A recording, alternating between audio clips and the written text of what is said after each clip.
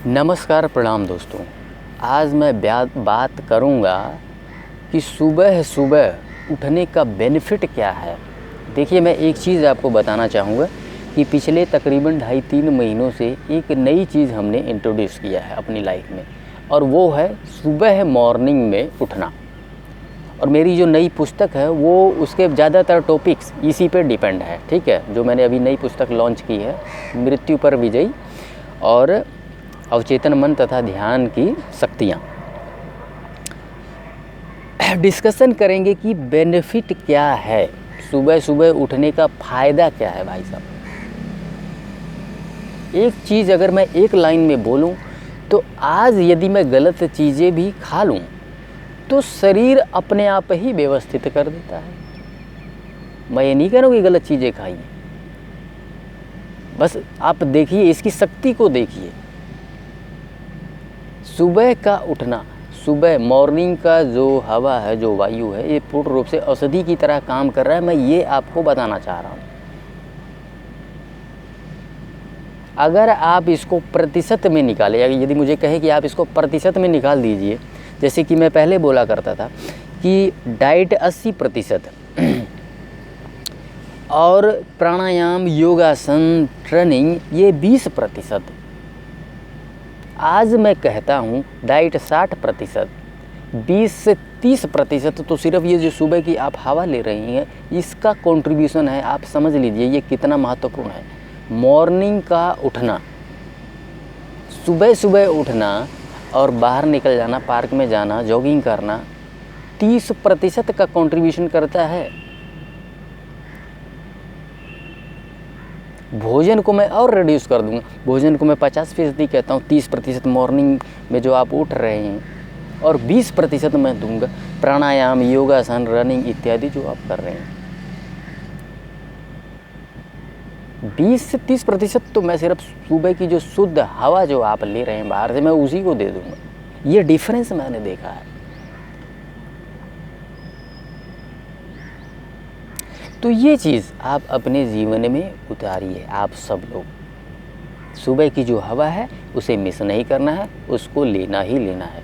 देखिए, आज कितनी कड़ाके की सर्दियाँ पड़ रही हैं, धुंध पड़ रहा है, और इस पूरे एरिए में आप देख रहे हैं, बहुत बड़ा शहर है ये, इस पूरे एरिए में यहाँ पे मुझे गिनती के बंदे नज़र आए, 1 से 2, लेकिन हम लोग कंसिस्टेंटली आए। हम लोग, मैं और मेरे और भी अन्य कुछ मित्र हैं, हम सब लोग कंसिस्टेंटली आ रहे हैं। रीज़न क्या है? सुबह की वो जो शुद्ध हवा जो है ना भाई साहब, ये औषधि की तरह काम करती है। तो आप सभी लोग, जो लोग डाइट को शुरू कर रहे हैं, इसको भी इंट्रोड्यूस करना है आपको लाइफ में।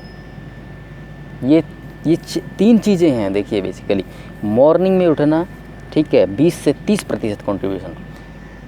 भोजन को व्यवस्थित करना, जो डाइट में बता रहा हूँ उसको लेना, 50% उसका कंट्रीब्यूशन, ठीक है। 20-30% का कंट्रीब्यूशन जो आप योगासन, प्राणायाम, ध्यान, रनिंग इत्यादि करेंगे, ठीक है। रनिंग के बजाय आप जॉगिंग करेंगे तो ज़्यादा बेहतर रहेगा। जो पूरी तरह से फिट हो चुके हैं वो रनिंग कर सकते हैं, लेकिन जिनका डाइजेशन अभी ठीक नहीं तो वो जो है जॉगिंग करेंगे तो ज़्यादा अच्छा रहेगा।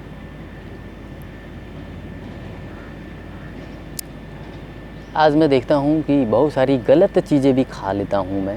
अभी जैसे कि कल मैंने एक वीडियो बनाया, देखिए उसको 1-2 दिनों में ही रिलीज़ कर दूँगा, जिसमें मैंने बताया कि मैं बहुत सारी उल्टी सीधी चीज़ें ले रहा हूँ आजकल सर्दियों में जैसे कि मैं 1 गिलास दूध पी ले रहा हूँ, ठीक है। आप हैरान होंगे, आपने नहीं पीना, आप मत कीजिए, बस मैं बता रहा हूँ आपको कि कैसे ये सुबह का उठना ही इन सारी चीज़ों को व्यवस्थित कर दे रहा है। 1 गिलास दूध पी रहा हूँ इवनिंग में, ठीक है, हल्दी और अदरक डाल के। भाई साहब, 4 परोठे खा रहा हूँ सुबह सुबह उठ के, वो भी चाय के साथ। सोचिए कि गलत है ठीक है, मैं जानता हूँ ये गलत है पूरी तरह से, लेकिन आप देखिए तो सही, सुबह उठने का इम्पैक्ट कितनी चीज़ें व्यवस्थित कर रहा है। इतनी गलत चीज़ें भी मैं ले रहा हूँ, इसके बावजूद पिछले 15-20 दिनों से लगातार ले रहा हूँ। बस 10-12 दिन और खाएंगे, जितनी दिन सर्दियाँ हैं, ठीक है। I know that is wrong, गलत है ऐसे खाना, ठीक है। मेरा यहाँ बताने का अर्थ ये है कि आप इसकी शक्ति को देखिए। ये जो सुबह मॉर्निंग की जो हम हवा ले रहे हैं, इसकी शक्ति को देखिए। यही अगर मैं सुबह उठ के मैं ये हवा ना लेता तो शायद यही गैस, एसिड, ये सारी चीज़ें करता, नहीं खा पाता, मैं दूध भी नहीं पी पाता शायद। और जो चाय के साथ मैं 4-4 परोठे आपको बता रहा हूँ वो भी शायद एसिड करता। तो सुबह की जो हवा है उसकी ताकत को पहचानिए। यहाँ तक कि एक और चीज़ सुनिए, दालें भी खा रहा हूँ। हाँ, एक चीज़ है, मैं दालों में 1 चम्मच 2 चम्मच घी डालता हूँ जिससे गैस को वो व्यवस्थित कर देता है। ठीक है, दालें तक ले रहा हूँ, सोचिए, देयर इज़ नो प्रॉब्लम। अब ये सारी बातें क्यों बता रहा हूँ?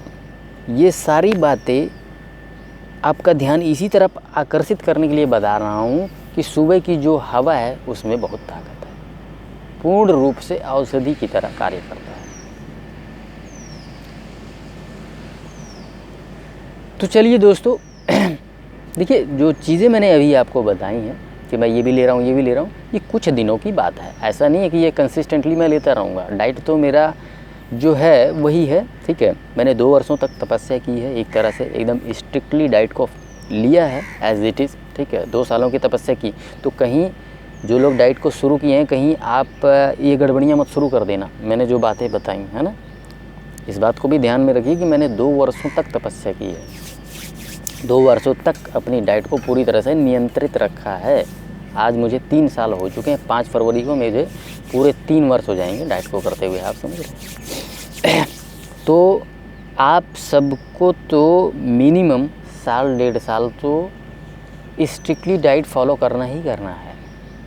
ठीक है, ये गड़बड़ियाँ नहीं कर सकते आप, एक भी मिस्टेक नहीं कर सकते। ये चीज़ें यदि मैं कर रहा हूँ गलती है तो मैं 3 वर्षों बाद कर रहा हूँ। ठीक है, इसलिए कन्फ्यूज़न में ना रहें आप सभी लोग। तो चलिए दोस्तों, आप सबको वही करना है। ठीक है, इनिशियली 10, 12, 15 दिन अनीमिया करना है और दूध और दूध से जुड़े सारे प्रोडक्ट बंद कर देने हैं, प्रोसेस्ड फूड सारे बंद कर देने हैं और मॉर्निंग में एक ग्रीन जूस लेना है, पालक, टमाटर या फिर करेले का। ठीक है, उसके बाद पपीता खाना, उसके बाद फ्रूट और सलाद पूरे दिन खाना है और रात में एक टाइम मिलेट्स लेना है। That's it. इसके अलावा और कुछ नहीं लेना है। जो बोला है वही लेना, जो नहीं बोला उसको नहीं लेना। मतलब कि दूध और दूध से जुड़े हुए प्रोडक्ट और इसके अलावा जो है सभी के सभी प्रोसेस्ड फूड। ठीक है, प्रोसेस्ड और पैकेज्ड फूड। और तीसरी जो चीज़ है वो मार्केट की जितनी भी चीज़ें हैं उसको आपको नहीं लेना है। ठीक है, मार्केट में जो चीज़ें हैं, फ्राइड है, जो कुछ भी है, आपको पता ही है, जो रेडियो पे बिक रहा है, जो मार्केट में बिक रहा है ना, जो जिसे फास्ट फूड कहते हैं आप, या फिर समोसा, जलेबी इत्यादि, ये सारी चीज़ें जो है बाहर की आपको नहीं लेनी है। पूरी तरह से इसको आपको बंद कर देना है। तो चलिए दोस्तों, आज का सेशन यही समाप्त करते हैं। धन्यवाद।